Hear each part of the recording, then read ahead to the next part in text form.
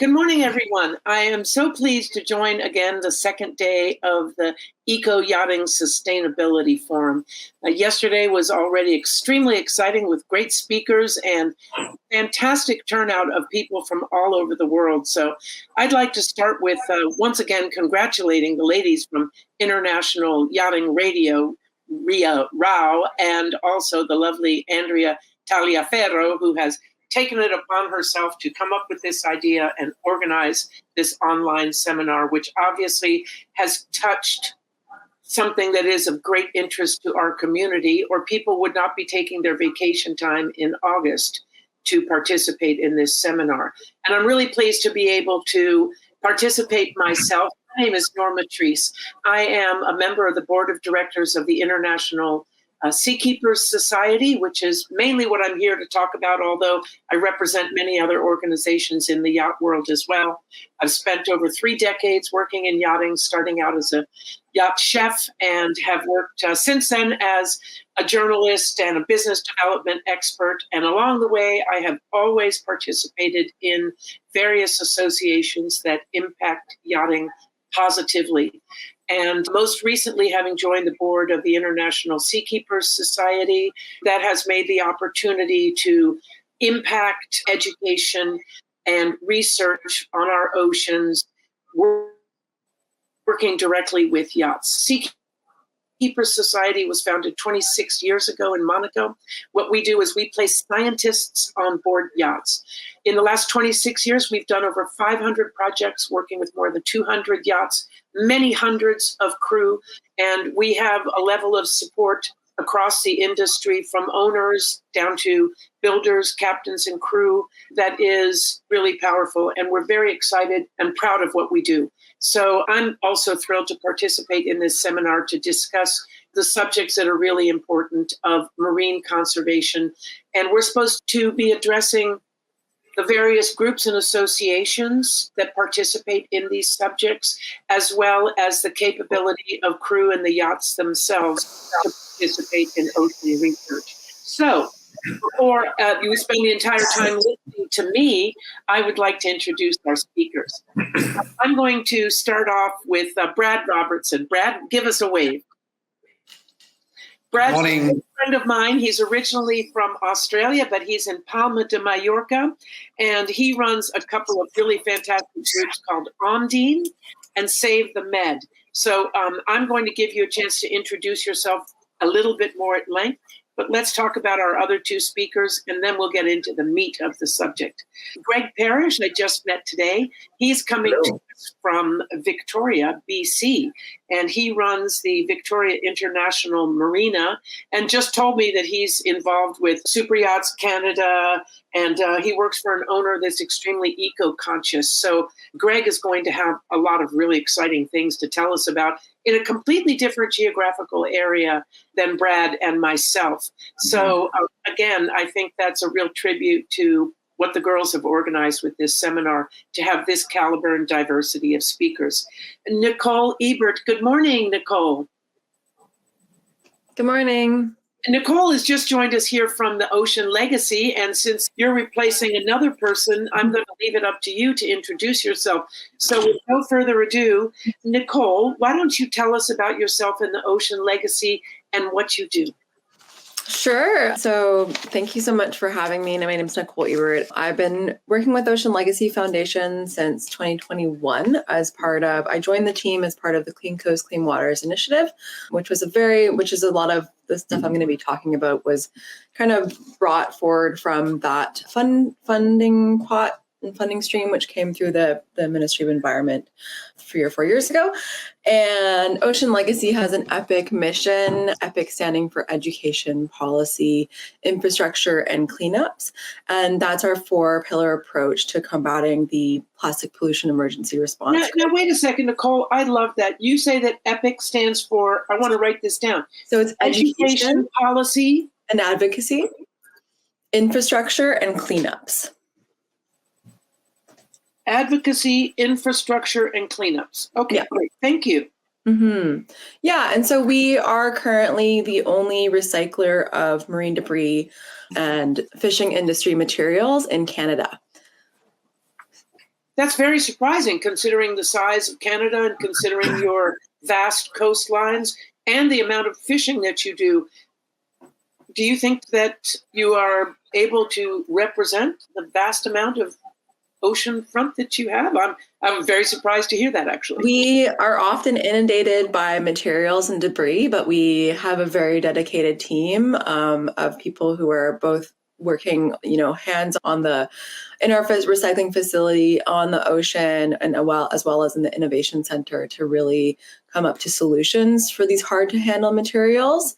And so, at this time we have our main facilities in Richmond, right at Steveston Harbor, which makes a lot of sense because that itself is a marine sector hub.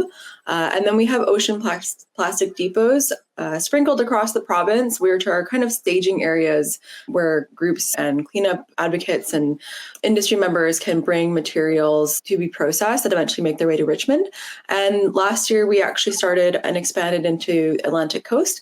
So we've created a pre-processing and sorting facility there with a bunch of different partners and cleanup groups. So it's definitely, we are in a great period of growth and evolution, and there's such a huge problem. And it's really, I know for myself, when I joined Ocean Legacy, I had no idea. I grew up in BC and I was used to seeing these beautiful pristine coastlines, and you go just a little bit further north or a little bit further west and you just hit these beaches where there's just so many, just so much pollution and so much just horrible stuff out there that puts whales and the marine environment at risk. So it's been really incredible to see how much material we've moved off those beaches. And we have so many great partners that we work with. But it's definitely one of the lesser known things about BC because it has such an amazing reputation for its incredible coastlines.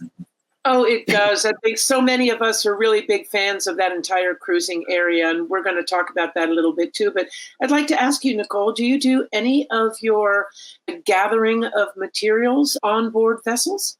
Yes, that's how Ocean Legacy started, was through vessel work. So we initially were working with an icebreaker. It wasn't commercialized. This was back when Ocean Legacy was really like a volunteer organization, just a lot of people doing stuff because they saw that there was a problem and wanted to get out there and do something about it. And now we have a proper tug and we work with barge operators. We also have helicopter operations, and we've even done flood response and river cleanups as well.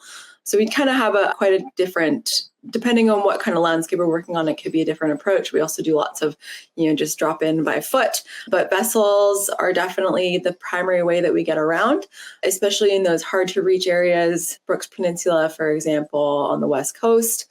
You got to definitely get a vessel to get out there. Yeah, it's a big part. So it's, and when we say vessels, we have a large tug, but then we are mobilizing smaller boats. We don't have any yachts, so it's not quite as glamorous out there. But there are a lot of amazing organizations who are working closely with us and alongside us and as part of the Clean Coast Initiative who are also using vessels. My goodness, Nicole, what a story you have to tell. And considering that you've been doing this for a relatively short amount of time, I'd say great congratulations to you.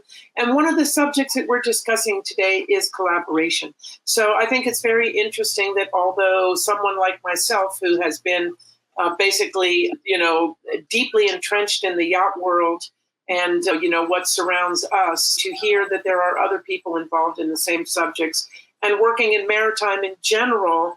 And it sounds like you've been extremely effective, Nicole. So that's great. And, as part of this conversation, maybe we can figure out a way to bring you some more yachts to help you with your great ambitious things. But, while we're talking about Canada and the fantastic things that you're doing up there in BC, I think this is a good segue for us to hear a little bit more about Greg Parrish from Victoria International Marina, who also represents Super Yacht Canada.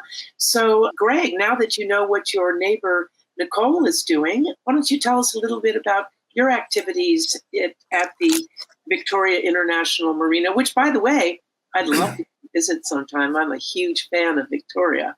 So please tell us what you're doing. And I know that you have a very special emphasis on being eco-conscious there. Yeah, thank you. Your turn. but we're on Vancouver Island, which is confusing. And we know the ocean legacy since our inception when we were building the marina in 2017. So we've been actually co-founded something with Chloe and Ocean Legacy, which is Future Oceans International, because we built the largest marina around for super yachts from the ground up. And we did it on contaminated land in a harbor that's been literally crapping on itself for hundreds of years. So when we cleaned up, we definitely noticed that life was coming back to the marina, which was unexpected. So we were designed and built by Craig Norris, our CEO, as an environmental scientist, but we were forced to be eco from the beginning. Birds started coming back, animals were all around us, and we cleaned up an industrial site. So it was really cool to make that kind of our niche and our angle. So being the only super yacht complex on the West Coast of North America, we just harness what we are. And so when vessels come to us, we want to share what we have. And when people look over the side of the dock, they're impressed with what's there. Well, surrounded by water as you are. What's going to happen as you go north? It gets sorry, you keep breaking up. I'm sorry. Awesome. I thought you were done. No, I was going to say it's just a really awesome opportunity to just use this complex and our influence to start a new narrative for yachting. Because you're coming to a new location, let's share the story. And so that's why we want to be as eco as possible. And we got just so many studies on the go. So if I'm cut off, if I lagged out, sorry. That's no problem. I'm fascinated by your story. And as someone that's been involved in marina development, I helped build Marina Port Vale in Barcelona, which was also conceived to be ecologically friendly in as many ways as possible, including gray and black water evacuation and safe delivery of fuel and a variety of other things. So since you've been in the marina building business, and we all know that vessels do end up having to go tie up ashore, can you give us a little bit about, the different aspects since your marina is brand new, basically brand new, about what you have done in terms of the marina itself and your environment to promote eco-consciousness? There's a bit of a cutout there, Norma, so I missed a bit of that. So an example of what we do can you just repeat the question, actually? What I said was, can you give us some examples from your newly built marina and your beautiful region of specific examples of eco-conscious aspects that you built into your facility? Yeah, actually, we really haven't fully told the world yet that we're the only all-electric marina ever built. So we have 60,000 volts underneath us, so much power that was put into an intertidal marina that our local energy company, BC Hydro, we had to rewrite the code because they're like, you want to do what? So we're set up for the future. We don't have any fuel. So if all the fleets right now were to go electric, we can plug them in. So it's never been done before. So that set the bar really high. Of course, all the vessels are requiring fuel, and there's fuel docks and bunkering around us. Well, since we're also talking about organizations today, by the way, thank you for that. We're actually starting a pilot project in the fall. We're going to be electric. Greg, it's cutting out. Sorry. I hope we have a lot of delay, so I think before we try to talk to each other, we should always say 1, 2, 3. Can you hear me? 1, 2, 3. I can hear you. Sounds great. I love the idea of hearing something new about the yacht world and the maritime world. And I think an all-electric marina is a story that needs to be told. So, I work a lot as a journalist as well, Greg. So you and I need to speak separately about helping you spread the word about what you're doing up there. Now, we've already had Nicole and we've already had Greg tell us a little bit about what's going on in Canada. And I think it's really exciting and I can't wait to hear more. But since we are on both sides of the world and I'm kind of in the middle, I'd like to bring in the other side, which is the Mediterranean. So I'm here to introduce Brad Robertson from Ondine and Save the Med.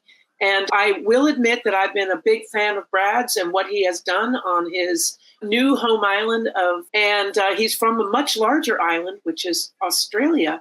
But Greg, as I've just said, being a fan of the amount of volunteer work that you have done and the efforts that you have put in, can you tell us a little bit about Save the Med and Ondine?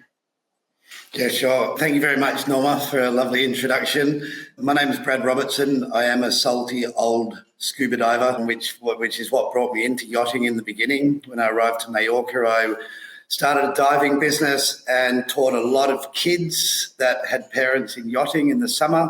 Also worked as a private dive instructor on board yachts here in the Balearics, and I was lucky enough to be flown all around the world to look after mainly families.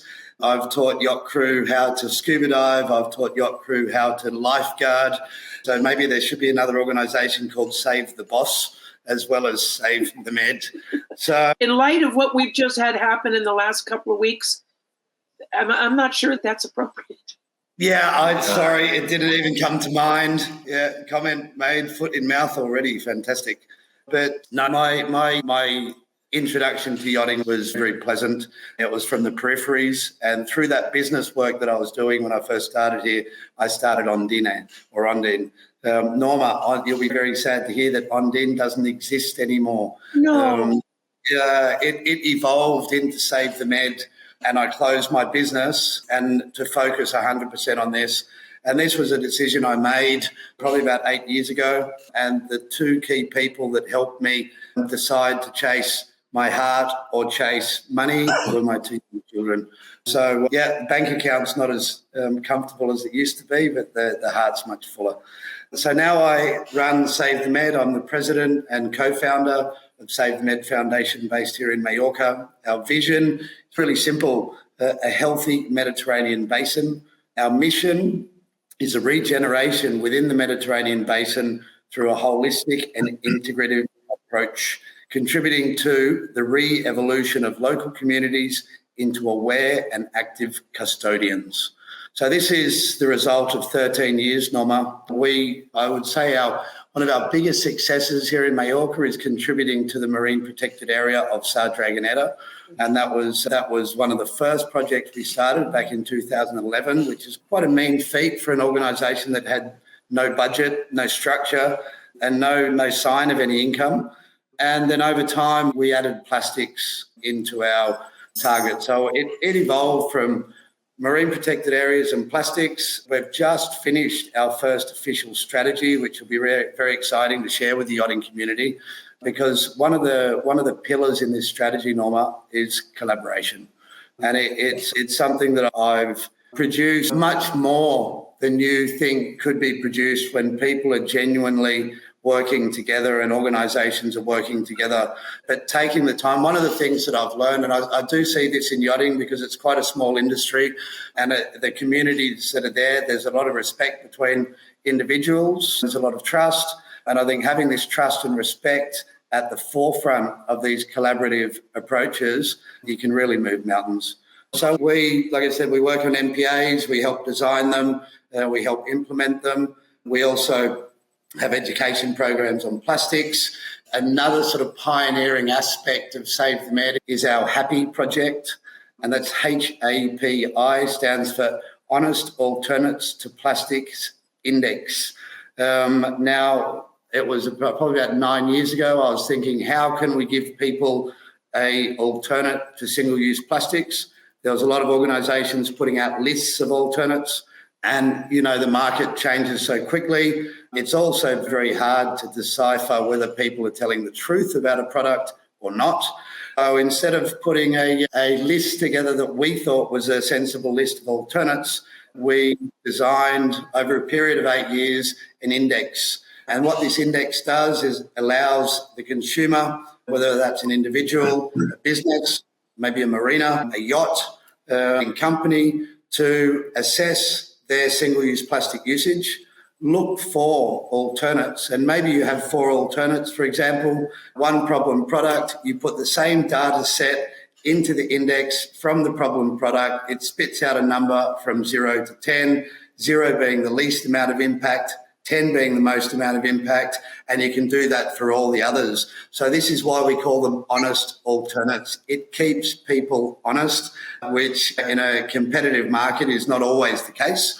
So I like to refer to this as an anti-greenwashing calculator, which really puts the power of choice back into the consumer's hands. Well, I think that's very interesting, Brad, because even though all of us here, and I think all of our listeners, are definitely interested in and want to contribute to conservation in any way that we can.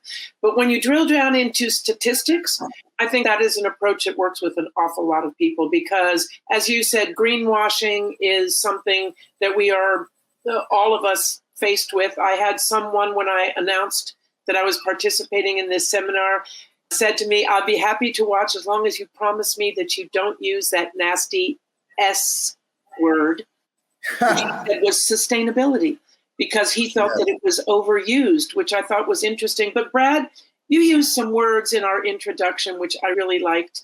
And I want to make sure that we can all emphasize something that I'm sure that we all share, which is passion, love, and determination. I think that's what it really takes in order to, make these really ambitious actions resonate not only with all of us who are thinking, along the same way, singing from the same hymnal. We're all able, with passion, love, and determination, to spread our word in better ways. Now, with Seakeepers Society, as I told you from the beginning, we do a lot of different types of activities. We do most of our activities on board yachts. That's where we've done our over 500 missions. We work together with an unbelievable array of incredibly accomplished associations, including, Brad, last year, you probably remember, we sent a couple of our representatives out to Palma and did one of what I call our base activities. We participate in Seabed 2030 project, which is doing the bathymetric data collection on board ships all over the world. We're actually the largest group contributing to that international effort. We are a trusted node. We do a lot of education for children. We have educated over 2,000 children just in the last couple of years, which I think is pretty incredible. And another one of our baseline operations is something that I think probably all of us here on this panel are involved with, and that is beach cleanups. There's something that is tremendously inspiring about something that's so simple. And as I said, Seakeepers sent a couple of people to Mallorca last year, and we participated in kind of an island-wide beach cleanup where our responsibility as seakeepers was to bring in as many yacht crew to participate. And I think that was a big success. But since Brad was talking about statistics and helping people understand what you do and what they do through statistics, I just gathered these today. So I thought you might be interested to know that in the last year, not in the last year, the last 5 years, has organized 193 beach cleanups, which have gathered over 6,400 volunteers. We've collected over 1,200 extra large size bags of trash, and that has accumulated to over 26,000 pounds of material.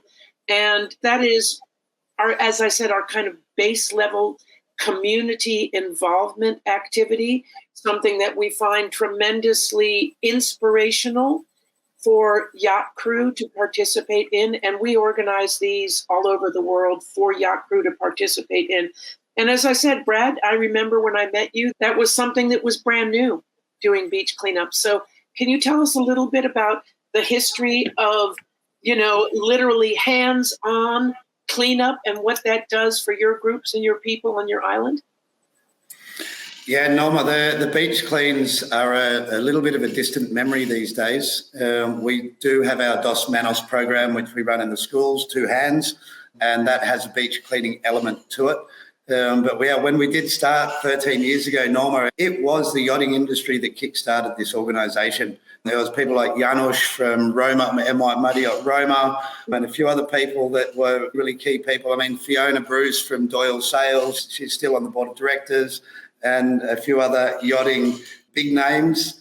But it was what amazed me back in the day, and we'd do a beach clean and maybe get 100 people turn up, was the absolute joy and elation on these people's faces. And I'm like, wow, how do they get so happy picking up other people's stuff, other people's rubbish?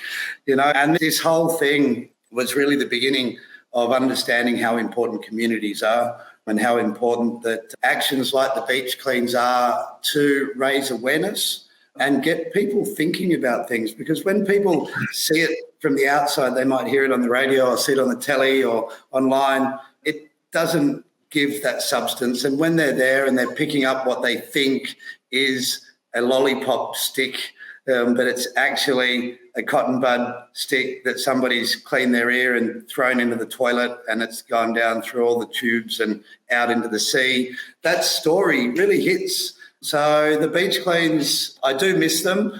But again, we were really pioneers here in Mallorca when it comes to plastics. And then other organisations grew and they started to do similar things. And I think with the issues that we have, climate change being the umbrella issue and everything else falling underneath it, for me to continue doing the same thing when others were doing it already didn't make a lot of sense. There was value to add in other areas of the field. So now we concentrate more on the plastics in an upstream sense in regards to trying to stop the plastic from getting there in the first place. At the end of the day as well, and what's really important for all of the work that we do at Save the Med is not to put the blame on the consumer, because all of us have enough stress and enough responsibility on a day-to-day. We don't need to be blamed for a problem that's actually caused by large corporations and governments not performing properly. And if governments and corporations didn't produce this material in the first place, we wouldn't have the issue. From my understanding, Norma, the term carbon footprint actually came from the oil companies to throw it back on the individual. Well, there's so many issues that are involved, and we all know that it's extremely controversial to discuss climate change. There are still people that don't believe in it, but what I'm focused on are practical applications of what we can all do as individuals, and personally what we can do as part of the yachting industry to have a more educational overview of what we can contribute and how we can pass the message along. And obviously, Brad, you're a pioneer. You started in this really early. And I think it's fantastic that you've been able to grow your association. As I said, at Seakeepers, we consider beach cleanups and education of youth as kind of foundational columns of what we do. And then that leads on to the higher level activities that we're able to do on board yachts, putting scientists on board yachts, bringing scientists to sensitive areas where they can contribute their knowledge and gather research and so on. So I think it's really amazing and a real tribute that you've been able to move on and do even more important things. But I'd like to know from Greg and also Nicole, from a dos manos point of view, I love that expression, by the way, Brad. Can any of you make any comments about any hands-on direct participation events that you participate in? Brad, did you have one more thing? All I wanted to say was I just wanted to clarify or not correct, but raise a point about what you just said about Save the Med going on to more important things. And I don't think we're doing more important things. I think we're doing other things that contribute to and complement things like beach cleans. I think they're all as equally as important. And I just wanted to clarify that because I didn't sit totally comfortably with that one. No, obviously, I agree with you, Brad. And I don't mean to say that, what you started out as your base and what you were able to explain to so many people as being important, that what you're doing now is more or less important. That was a foundational pillar for you. Absolutely. And you've really done a fantastic job of getting the point across. So, Greg, at your facility, do you do dos manos, hands-on type of activities with your guests? Yeah, when you build the biggest marina around in a city, the tide goes in, tide goes out, and we see the debris that sticks in our fingers. So we daily pick up all the large debris and everything that we can. And being in British Columbia, like Nicole can attest to this, that we have a lot of biomass. So you'll see stuff like lots of styrofoam, stuff that you can't actually pick up the big stuff. We remove it, and then we do our best. And then the real experts, and you cannot contest what Ocean Legacy does, like they're the OG on our coast. So we even founded a foundation with them called Future Oceans International. So the big stuff we can pick up, it's a big issue, but we really got concerned about clothing and the microfibers that go through the wash cycle. That we can't touch. So we're working with the University of Victoria to develop a system to detect microplastics in the water, and then they want to eat it with enzymes. Not sure how that really works, but they're scientists. So really, we just pick up what we can see, and then we encourage our clients as they go up the coast to pick up whatever they can. And we need to talk to Ocean Legacy about your depots up the coast, because 3 yachters yesterday actually said on the way down, they could pick stuff up and tow it and or put it on their deck. So again, collaborations, we got the right mix, I got the toys to play with, and we can influence our clients to get into it. And they really do. Like, they love, now that once you pay attention to debris, you seek it out on the beach. Well, as Brad said, it's amazing how it's like you can't stop looking for it. And it's kind of interesting how people behave. I'm sorry, Greg. We continue 3. to have maybe we need to do like a cutoff thing. Now you know when you're done, right? But Brad mentioned how inspiring it is for people and the reaction they have to doing something so simple. Yeah. And I can't help but go back to what you said at the beginning, Greg. And I'm so personally inspired by an all-electric marina. And I have to say, I'm sorry I didn't know more about it before, but I can't wait to come up and visit. I mean, that sounds so forward-thinking, and I hope that we see more of that in the future. And the fact that you are able to actually expand inspiration and encourage your guests to participate in those types of activities further afield from your own facility is really a wonderful thing. And I applaud you for doing that. And as I said, I can't wait to have a chance to go up and see that. Now, you mentioned working together with Ocean Legacy. And Nicole, when I was reading through your biography and a little bit more about Ocean Legacy, I was very interested that you go kind of across the gamut. You start at the beginning of gathering plastics and detritus from our oceans and coastal regions. And then tell me, you take it all the way through the end of the process. What do you do with everything you collect? Right. So everything that gets collected either by Ocean Legacy or other groups, like another notable one that I can mention is like the Small Ship Tourism Operators Association. We work with Rugged Coast Research Society. We're involved with Surf Rider, which has an international and local chapter. There's so many great groups out there doing this kind of work. And so we receive materials from other cleanup groups at our depots, as well as cleanup materials ourselves. And so everything comes back to our facility in Steveston Harbor, which we have named the Plastic Pollution Emergency Response Facility. And from there, we work. And what's the acronym for that? It's PERF, PERF. I have a whole plate full of new acronyms today. Yeah, and so that's based in Steveston Harbor. We just moved there I think 2 years ago, right shortly after I started. And so we work with third-party recyclers from our Steveston location. So materials that we don't recycle in-house, like styrofoam, tires, things like that, we will send off to third-party recyclers. When you said the S word earlier, I assumed you were talking about styrofoam, not sustainability, but that's a pretty bad one. And then, the materials that we can recycle, we process in-house. So for us, that means that we're sorting things. We do a lot of sorting in the field. That's some of the work that we do is really training these groups and like, how do you properly categorize, identify, and sort materials? So when we're out in the field, we're using different like large super sacks to isolate materials. And so we have everything, we'll isolate buoys and floats. We don't process floats in-house, but we do try to upcycle a lot of material. We also work with artists who often come in and will try to grab things. If film designers will come in and try to get materials from us. So we'll separate things like ropes and netting, different materials, different types of hard plastics. So just hard plastic fragments, which is something you find a lot of as well. So once we've got our materials isolated, we run it through a processing and downsizing, which involves different wash lines. It's very heavy industrial. So it's like different wash lines, different shredders, different things that take things down to a smaller granulate. And from there, we can actually melt it. And so it goes through an extruding process where it's melted and turned into a recycled plastic pellet. So we've been working with different businesses to get this post-consumer recycled pellet back into the market to really explore how to close the circular, like to create a closed loop in terms of the circular economy. So finding solutions. It's hard to manage material that didn't have what we call end-of-life recycling options. And right now we have our materials being incorporated into a lot of different types of products. So it's actually, we call it legacy plastic.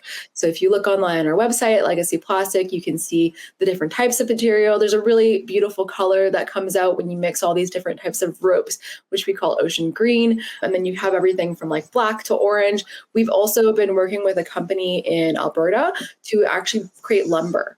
So we've designed benches and outdoor furniture. We're working with some of the regional districts to build compost bins that are going to be put out into the community for people to use for their compost, planters. It's really incredible to see the way that you can actually reintegrate these materials back into new materials. And really, of course, when we're working with partners, we're looking for materials that are durable, that have a long lifetime, that are not single use. Speaking of clothing, we worked with Anion last year to create, they created a button out of oyster baskets collected near Denman Island. So they've got a shirt called the Denman Island collection now, which features our buttons. So people are really, it takes a lot of work to integrate a new material into a manufacturing process, which has been a bit of an obstacle for our plastic sales. But once people really commit to exploring that, the sky's the limit. And it's really wonderful to see these products come back to us. It's just like the staff, and just seeing the staff at the office going like, oh, wow, this was a buoy. And now this is really incredible. So that's a little bit of like kind of the full cycle. And then we also are developing a lab. So what we're really trying to also do is decentralize access for people who want to incorporate materials but have questions or don't have the resources to be able to test their materials or our materials or how they interact with other stuff that they're using. So we've now also innovated a lab within our facility. Right on. My goodness, Nicole, Yes. That was all so very interesting. And what I am taking away from this discussion with all of you guys, and by the way, what a fantastic panel. This is really interesting. I love the geographical diversity. The other thing I really like is that we have been discussing solutions for inspiring people. And we've been talking about activities that are kind of micro, beach cleanups and, taking things, and then all the way to what Nicole was just describing. And that is about as macro as it gets. You have your own manufacturing facility. You are working with end products to go to other users to give them a completely new, different life. I mean, that is taking that circle and really making it complete. And I find this discussion so interesting because of that. Now, one of the things that, I'm a yachty. Yacht crew is my specialty. And one thing that we find as seakeepers, and I've always found as a representative and advocate for yacht crew, is that they thrive on inspiration. They thrive on the positivity of being able to do something, to use their jobs and their vessels and their careers to influence the health of Mother Oceans. And I think all three of you have mentioned some of those things, but are there any specific recent activities that you've participated in that you think are particularly good examples of bringing your theory together with your people? Greg, I guess where you are on Vancouver Island in your marina, given the ethos you have of eco-consciousness, you might have a couple of great stories. Besides, I love sending your yachts afar and them coming back with trash that you can give to Nicole. But what else have you done that you feel inspires your guests and your crew? We do a lot of ecological studies just because of the curiosity of what's happening. But what's most exciting is our work with local University of Victoria. So actually, Chloe Dubuis from Ocean Legacy, she's going to Antarctica in 2025 with Sylvia Earle, and she needs to do a deep water column sampler. So we hooked her up with Roper Industries, which is working with us through water column sampling. and they're going to send down 2 systems for her to do some deep water sampling for microplastics. And then the other division of UVic has come up with that handheld device that can actually show you what microplastics are in your water within 5 minutes with no laboratory. It'll take they use peptides that'll connect to a certain type of plastics. It'll coordinate it and show you what you have. So those are just really cool things that are coming out of our local university. And I'm not sure, Norma, if you know, but we work with seakeepers. So we've done a lot of seakeeper stuff in the past. Mm-hmm. We did a humpback vocal whale study. But again, it's back to just using our facility and our influence, because everyone wants to be in this sexy world of yachting. So let's use that and let's bring people in. And then me being the networker, let's try and figure out who they need to meet to do really cool things. So every day there's something cool coming up, and it's just exciting. And I often get accused of being in the weeds and it doesn't make sense, but then it will make sense later. And in the end, our clients love it. You know, they're here for a reason. So, but back to your question, the most recent things are, working with the university to get down to hardcore science and give the tools to people like Ocean Legacy to do the work they need. I think that's great. I am truly amazed and inspired by listening to all of your stories. Brad, you have so many of them. Tell us a little bit about what Save the Med is doing, working directly with people and offering the kind of inspiration I know you do. Wow, what a question. How long have we got left, Norma? So one of the things that I need to, is one of the reasons I would love to come back into the industry as a representative from Save the Med and talk to the local community, the local yachting community, about the marine stewardship.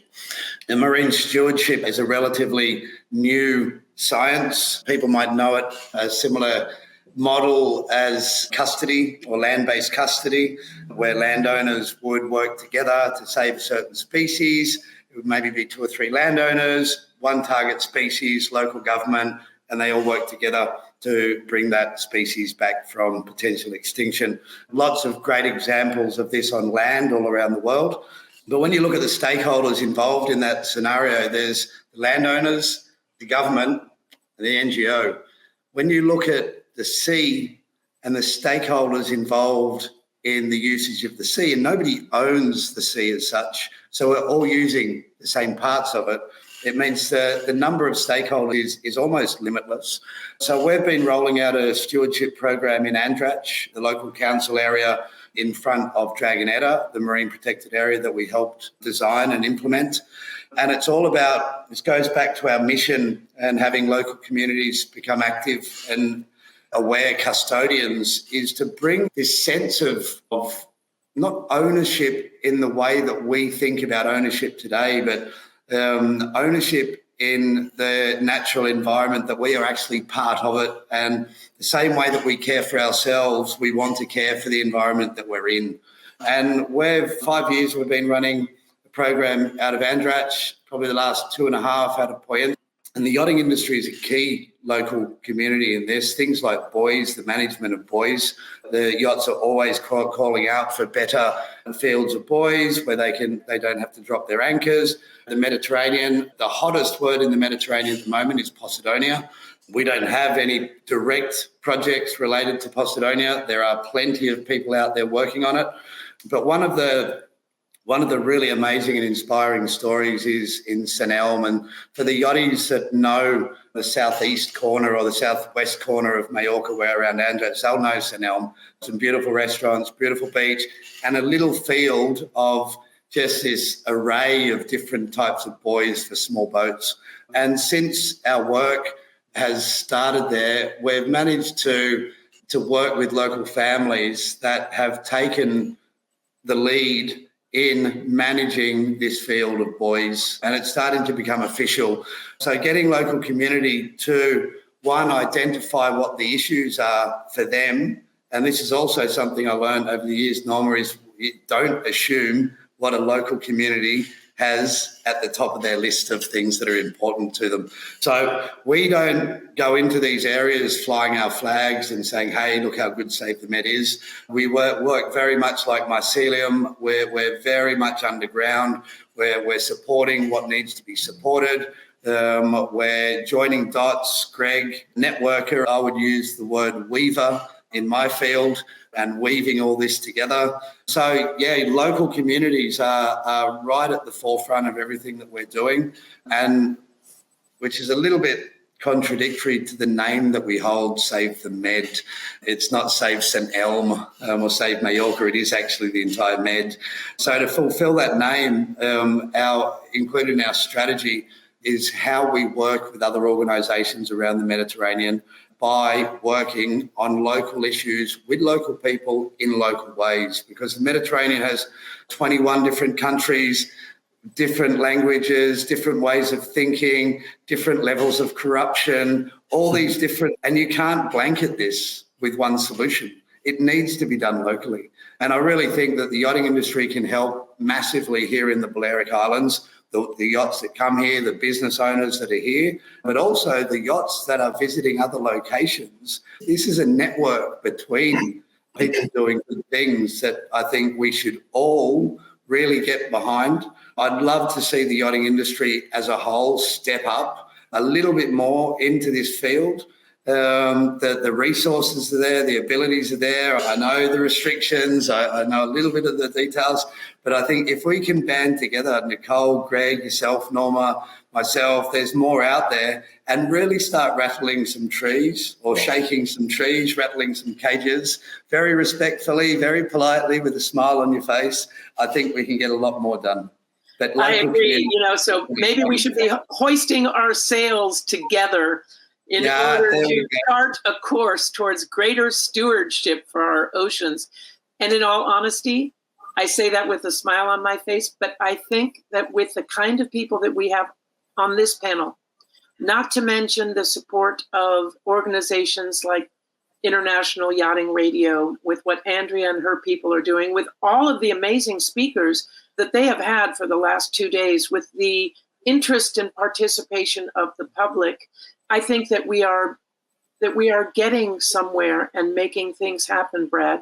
And I hope you feel that too. And definitely the example that you mentioned about Posidonia grass, I'm sure that both Greg and Nicole are aware of that. That is the number one ecological Mediterranean Sea hot topic, which is that if yachts drop their anchors on Posidonia grass, that means that there's less grass, which means that there's less area for other plants to grow and fish to hide and everything else. And so as a result, across the Med, the growth of large and small buoy moorings has been phenomenal. And that has taken a relatively short amount of time. And I'd like to say that yachting has been a leader in that, but I'd say maybe we've been more of a contributor.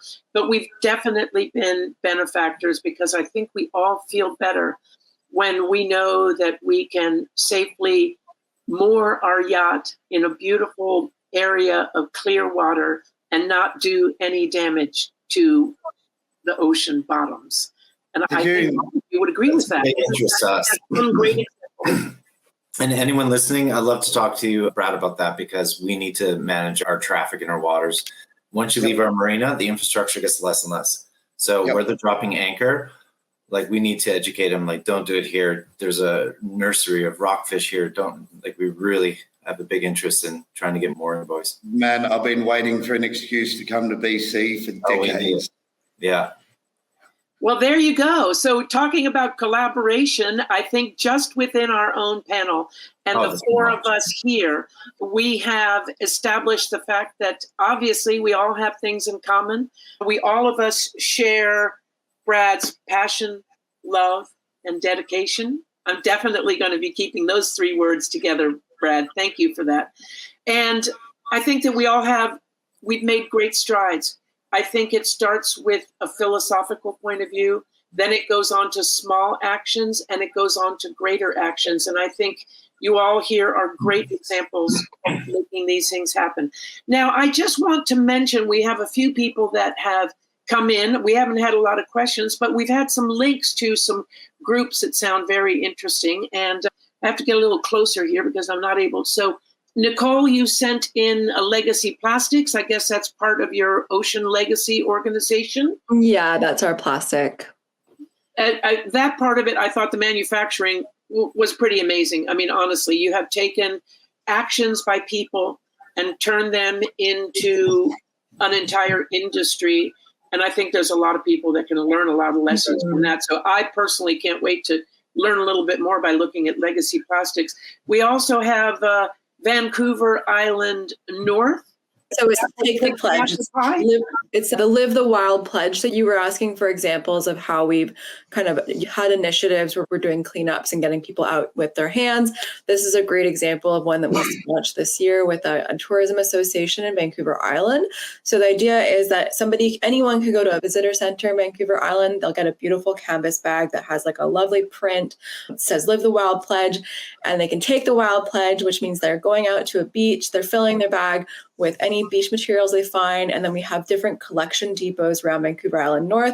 After they drop off a bag of material, they then get like a card that basically gives them discounts to a bunch of local businesses. Wow. So it's supporting local businesses. It's sharing knowledge about what the areas that they're in through their visits to the visitor center. It's being active and leaving no trace and leaving the beaches better than they've come back. So this is a really exciting campaign that we've launched this year and just like, I think it's a really great example and model because it gives people the incentive, a place to take their material, and it gives them a little bit of education as well. And as Greg mentioned, like, once you start looking for debris, you can arrive at a beach and it can be completely pristine. And then you look under a log or behind a salal bush and you'll find just microplastics. So I think it also like helps and encourages people to have a bit more of an eye for some of the stuff that they would initially, when you approach a beach, think like, oh, it's perfect, it's pristine, it's fine. And then you dig a little deeper and there's actually quite a bit out there. Well, I have to say that's another great story and a fantastic example. I mean, I think some of the things we've been discussing today have amazing opportunities to serve as examples and as inspiration to other people. The idea of being able to identify microplastics in the water, Greg, that is something that I think everybody would be interested to participate in. Brad, your dedication and your hard work from your home island of Palma and your determination to continue to work to save the Med is also always has been inspirational. And I'm telling you, I'm there to help Yacht Crew participate even more. And Nicole, I mean, honestly, what you guys are doing there is incredible. And to think that you've only done that in a very few short years. And again, what I've enjoyed about this conversation is that we've gone everywhere from Dos Manos, cleaning the beaches, inspiring people, and bringing smiles to their faces, all the way to taking this concept to a brand new manufacturing and end user. And using that, let's face it, we're all in business, right? So Greg, what you were talking about, I seem to feel like your eco-consciousness is part of your marketing. Nicole, obviously, what you are doing is amazing, and that's big business.